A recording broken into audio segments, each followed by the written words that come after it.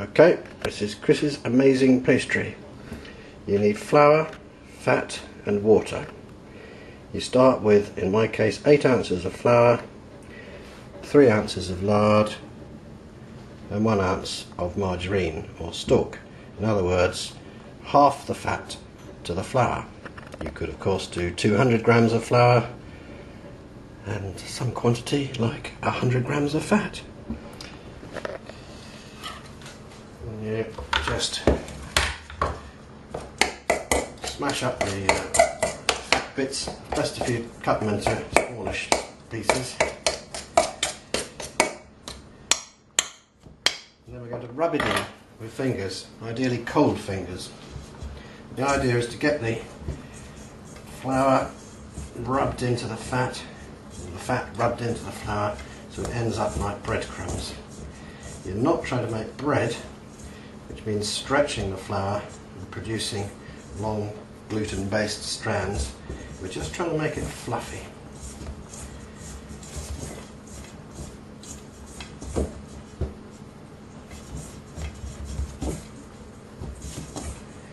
You can use a electric hand mixer with balloon whisk attachments, but this is actually better. You don't want it too homogeneous. It's a bit like scrambled eggs. You don't want it turned into an omelette. You still want it a little bit chunky.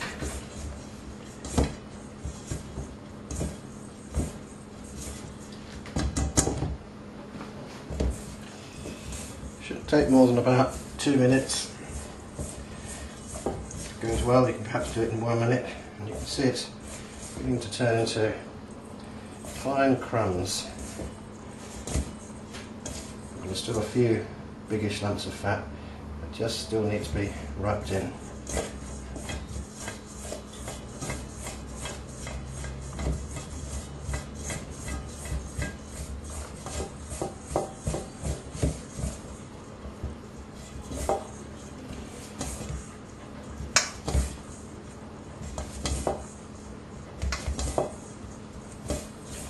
If you feel it going a bit sort of homogeneous, turning into a sort of sludgy mixture, then you've gone too far or your hands are too hot, because that means the fat's beginning to melt and you haven't got those little light breadcrumbs texture which makes perfect pastry.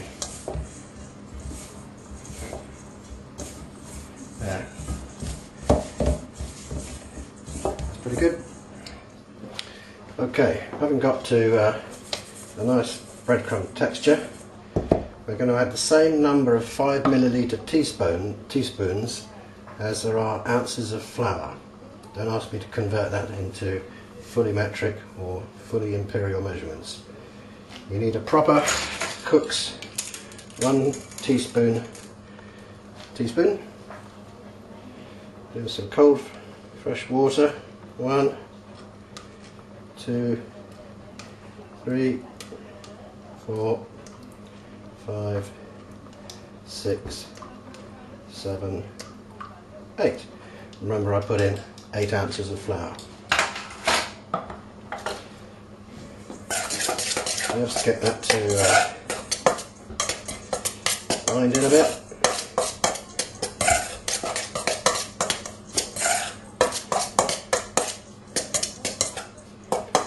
And then we're just going to press that into a ball.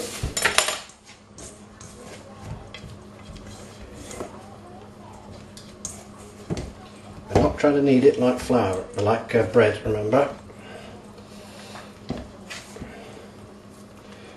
The less working it has at this stage and at the rolling out stage, the better. The ideal thing to do now is put it in the fridge for half an hour to cool off, to stop any danger of the fat melting. Okay, as I'm going to be making a pie, in other words a 2-layered tart, I'm going to cut this into 2 pieces, one a bit bigger than the other because it's going to line the inside of the tin, the smaller bit being the top of course, so about like that. Now remembering that you don't want to overwork it, and I don't claim to be very expert at rolling things out, but on your favourite rolling board or the work surface. Put flour. Flour up the rolling pin and try and make something that's roughly round. Always remember, you don't want to over roll it. If all goes horribly wrong, you've had it. It's helpful.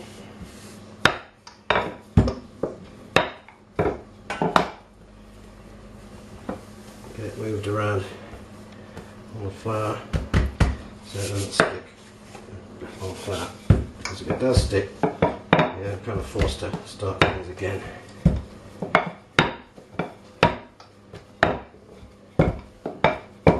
As you can tell, it's not an area for huge expertise on my part.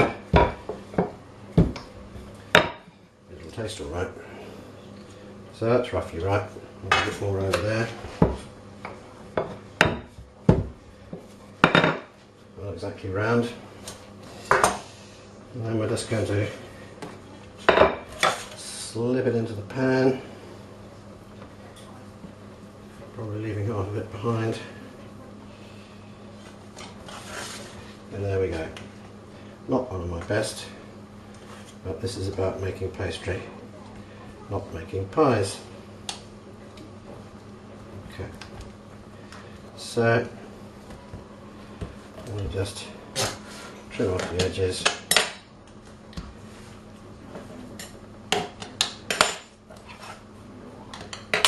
Then you would fill the pie with fruit, or in my case, mince meat. Then we're going to put a top on the pie, and then this is an important bit to make it crispy. We're going to just brush it lightly with water, and then put sugar on, and that produces a lovely, dry, crispy surface. Now, of course, if you're making little mince pies, you'd have made a flat piece of pastry, then cut it out with pastry cutters to make lots of little circles that will fit your little pie dishes or baker's tray. There we are.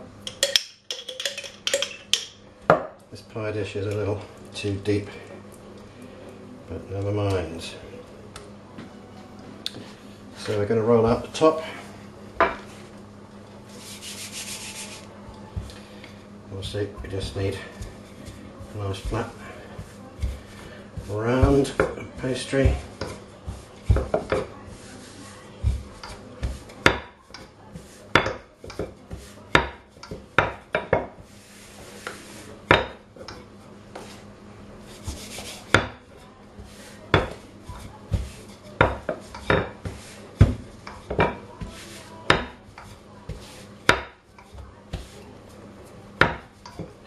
So see, it's just about the right size, maybe a little bigger. And the pastry is ending up about a millimetre, maybe 2 millimetres thick. You don't want it any thicker than that. So, top on.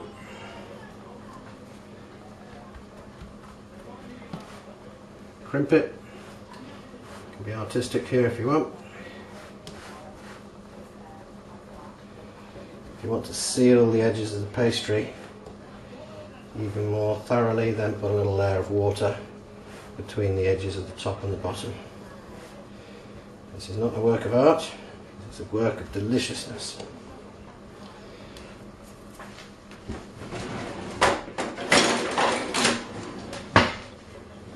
Sprinkle a little bit of water.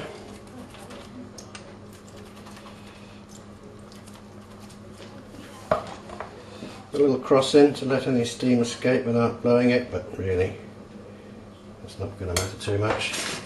And then be fairly generous with the sugar. It's not that you're trying to make it sweet, it's that you're trying to dry out the dampness of the pastry when it goes into the oven.